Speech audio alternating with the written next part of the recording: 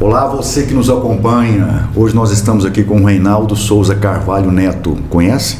É o famoso Neto Chapéu Velho. Bom dia, Neto. Bom dia, presidente. Obrigado por estar aqui conosco para poder mais um bate-papo aqui no nosso SRU Cast. Prazer estar participando aqui com vocês. Coisa boa. Ô Neto, a gente se conhece há pouco tempo, né? Eu já sei de uma história sua aqui em Uberaba, que você está aqui, fez zootecnia, salvo engano, zootecnia, né? Mas eu queria que você me contasse uma coisa aqui, ó. A gente tem conversado, inclusive eu e você, a respeito das grandes dificuldades que nós produtores rurais temos, né? De trabalhar das 6 da manhã até 10 da noite, não ter sábado, não ter domingo, não ter feriado, né? Quem manda na gente são os processos naturais que acontecem no campo, tudo tem hora para fazer, né? E curiosamente me veio uma questão aqui, olha, por que será que com tanta dificuldade, com tanta diversidade, o que nos levou a decidir a ter esse tipo de vida? Conta um pouquinho da sua vida, como é que você se envolveu e está super envolvido no campo hoje, como é que começou isso e por quê? Eu acho que a primeira pergunta mediante as dificuldades, como é que fala, uma jornada de trabalho extensa, eu tenho comigo o seguinte: tem gente que gosta de andar, de ir para rancho, gente que gosta de jogar bola, jogar tênis. Eu gosto de trabalhar. Então, assim, é uma paixão. Isso é uma paixão e, para ser bem sincero, chegar onde eu cheguei em volume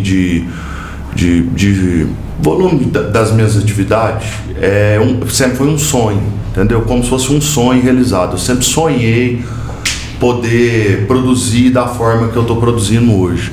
Então, apesar de ser muitas horas de trabalho, igual a gente estava comentando, para mim isso é um prazer, sabe? Eu não vejo isso como um fardo, entendeu? E sobre a minha história em Uberaba, eu vim para cá fazer zootecnia. Você não é de Uberaba, não, né, Neto? Conta pra gente então qual que é a sua vida. Eu sou de Uberlândia. Sempre tive um sonho de trabalhar no campo. E apesar da minha família não concordar, falar, mas como? A gente só tem um pedacinho de terra, isso era um sonho. Aí eu vim estudar aqui em 2005. O meu pai tinha uma atividade, fazia parte de uma empresa e já foi bem sincero comigo, falou: meu filho, eu não sei se eu vou conseguir te manter lá. Falei: não, tudo bem, vamos tentar. Aí vim, prestei vestibular na FASU, passei por curiosidade, né, em primeiro lugar. Olha. Aí falei: nossa, já ganhei uma bolsa, e depois deu uma complicação com essa bolsa, já foi facilitando. E aí o meu pai teve uma dificuldade financeira, eu lembro direitinho, começou e me ligou, falou: você tem que vir embora, eu não consigo mais te sustentar. E como eu gostei muito da cidade, muito das amizades que eu fiz na FASU, era uma época muito boa, eu falei: não, eu vou começar a trabalhar e vou me manter aqui. E aí eu comecei a trabalhar no ramo de eventos, né, que eu fiquei muitos anos trabalhando com isso. E a renda que eu tinha, eu ia pagando a faculdade, me mantendo. E aí eu comecei a ser bem sucedido financeiramente na área de evento e fui começando toda a minha sobra eu fui começando a mexer com boi, render um pedacinho de terra, comprava um bezerrinho, eram uns cruzadinhos preciosos. Uns gabirô. Os gabiruzinhos era o que dava para comprar e foi assim que eu iniciei, sabe? Foi assim que eu iniciei. Aí eu casei, fiz uma parceria com meu sogro, que foi assim, acho que foi crucial, sabe? Quando eu casei, meu sogro falou: nossa, vi aquela dificuldade, falou: o que a gente tem que fazer pra gente que eu vejo você trabalhar tanto e só pagando as contas, tudo. Aí fiz uma parceria com meu sogro e comecei a recriar boi. Aí os meus arrendamentos eu percebi que começou assim, eu fui pioneiro a plantar soja na minha região. Mas começou a chegar a usina, começou a chegar a lavoura. Aí eu falei: se eu não plantar lavoura, eu vou perder meus arrendamentos. Aí comecei a plantar, eu lembro que foi as primeiras lavouras que eu fiz, comecei pequeno, foi 20, depois 50, 100 hectares. Eu fazia silagem, porque eu fazia a conta que naquela época a transferência de embrião estava no auge, o Zebu. Eu comecei a trabalhar com isso. Eu fazia receptora para vender receptora e fazia silagem para vender para a turma da elite, sabe? Que na época, como meu maquinário era pequeno, era o que eu conseguia rentabilizar melhor. Aí depois da silagem comecei a plantar soja e fui crescendo, fui recriando. Aí eu comecei a recriar boi. Eu sempre fui muito assim, um pouco meio sem paciência. E aí eu vender os bois, eles começavam a apartar meus bois. E como meus bois já não eram bons, e eu ficava furioso com isso. Aí eu comecei a dar boi de parceria, começaram a apartar meus bois de novo. Aí eu raciocinei na época, sei lá se tem uns 10 anos atrás, eu fazia a primeira safra de silagem, vendia, e a segunda safra eu fazia uma silagem de sorgo mais barata, comecei a confinar meus bois. E foi aí que eu comecei a montar o confinamento bem pequeno, as lavouras também foi começando pequeno, e eu sempre assim, nunca fazendo conta, sobrevivia, mas com o sonho, a garra de ter um número maior, de crescer. Foi assim que foi a minha história, né? Tá. É uma bonita história, né? E relativamente em pouco tempo, né, Neto? Você saiu da FASU, você se formou em que? 2009? Rapaz, não, foi interessante a FASU. Como eu trabalhava, é até curioso isso. Eu trabalhava, então, trabalho no campo, e eu tinha um trabalho tanto do evento, depois que um trabalho no campo. E às vezes eu tinha que optar a não ir na faculdade, né? Não tinha como. Eu até brincava que eu fazia a conta. Eu vou fazer esse negócio, eu vou ganhar 5 mil reais, um exemplo. Essa matéria, se eu tomar bomba nela, eu vou perder R$1.000. Então eu vou ganhar os 4 mil. Então eu demorei muito para formar. Eu formei em 2013. Sim. Então fiquei bastante tempo na faculdade por causa que eu tinha que conciliar o trabalho com a escola. E é interessante, né? Eu comecei a fazer negócio com a própria faculdade, né? Entendi. Eu sempre gosto muito da FASU, tenho muita honra de falar que eu formei na FASU, tive grandes amigos na FASU, tanto como professores, como colegas de aula, como os gestores da FASU, né? Eu vendia toda a silagem para a FASU, eu que vendia. Olha. E aí eles me maneiravam ali, não, então peraí, eu falo, não, deixa eu tô trabalhando, deixa eu jubilar, não, vamos ali. E foi nos trampos e barranco que eu formei. Foi assim. Que coisa bacana, viu, Neto? Conta pra gente aqui então agora, como é que foi o envolvimento, a vinda sua pra dentro do Sindicato Rural?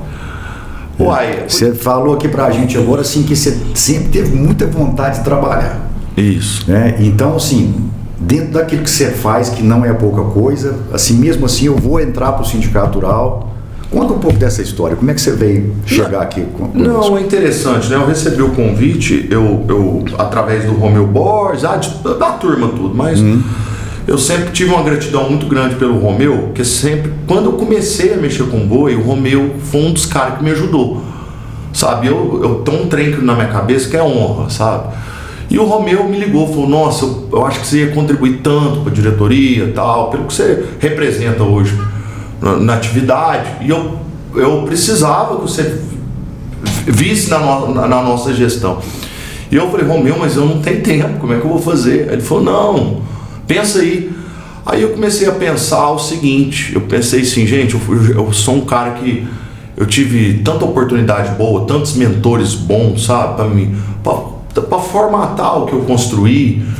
Eu falei, eu acho que é a hora de eu doar um pouco desse conhecimento que eu fui adquirindo, doar um pouco do meu tempo, um pouco da pouca experiência que eu fui adquirindo ao longo desses anos, sabe? Aí eu aceitei o convite, fiquei muito honrado, e principalmente eu não tinha dimensão quão grande é o Sindicato Rural, quão grande é a importância dele para os produtores rurais, né? Nas nossas direções, nas nossas reuniões, mediante a força do sindicato, mediante a cidade, mediante as decisões da cidade, sabe?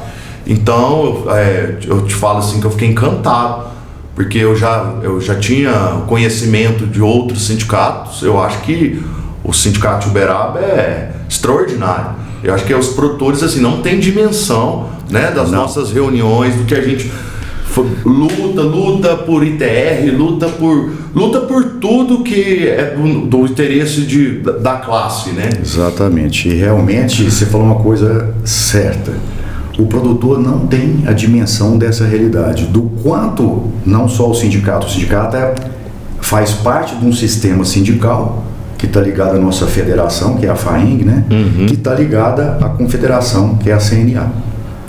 Que é um sistema sindical que está aqui para poder atender o produtor rural, para poder defender o produtor rural nos seus interesses, nos seus direitos também, como eu venho dizendo há algum tempo, né? E eu te asseguro, viu, Neto, que oportunamente nós vamos fazer uma excursão, né, nós da diretoria, para conhecer a FAENG, né, para conhecer a FAENG, para poder entender melhor ainda como que esse sistema funciona e o que está disponível lá na FAENG em Belo Horizonte e na CNA em Brasília, que está disponível para você, produtor rural, que está aqui na cidade de Uberaba e nas nossas extensões de base. Então, assim, o que a gente oferece através do Sindicato Rural não são somente os serviços que estão lá listados como oferecidos pelo Sindicato Rural, é de todo o sistema sindical. Eu costumo dizer o seguinte, ilustrar, né? Melhor dizendo, ilustrar o seguinte, lá em Belo Horizonte nós temos 2 funcionários, me salvo engano, 2, chegou a ter 3, eu não sei se hoje são 2 ou 3 funcionários da FAENG que estão todos os dias na Assembleia Legislativa de Minas para poder acompanhar todas as pautas que sejam do interesse dos agricultores e pecuaristas, para fazer contato com os deputados, levar a demanda para os deputados, entendeu? Fomentar necessidades que a gente tem para poder fazer projetos de lei, para poder defender projetos de lei, para barrar projetos de lei que sejam